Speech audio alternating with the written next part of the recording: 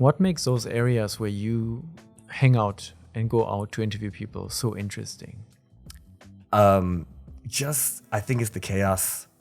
Like, you have such a mix of Japanese people so there's a lot of Japanese, like, I say furyo, like Japanese people who are kind of just chilling and drinking and smoking and don't seem like they're, the upstanding salarymen of society. I don't know how to describe it. But these people are usually really chill. Like, I love hanging out with these Japanese people. But then you also have kind of international people, a lot of halves, a lot of Japanese people that speak English and want to talk to foreigners.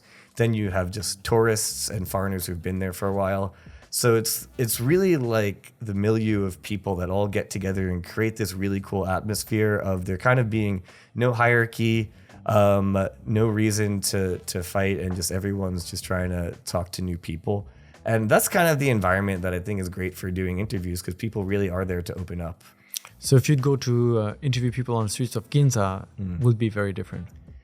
It's hard to say. I've never done any interviews there, but I've definitely went to like Ginza corridor and talked to people, and it's still an area. It's not as international, I think, but it's still an area where people are willing to open up and be friendly. I think any of these kind of corridor areas where it's like a drinking area where people are there to either meet other people, or like guys and girls are there to meet, it's usually an open and friendly area, in my opinion. Those like street interview, this style kind of got very big internationally. It's popular in New York, it's popular in Tokyo and many other places. Why are people so into it? Why do so many videos go viral and people keep watching? Essentially, random people on the street answer random questions. Because every single one's unique, right? And like sometimes you just get someone who has such an out-of-pocket answer that you've never seen before that I think it goes viral.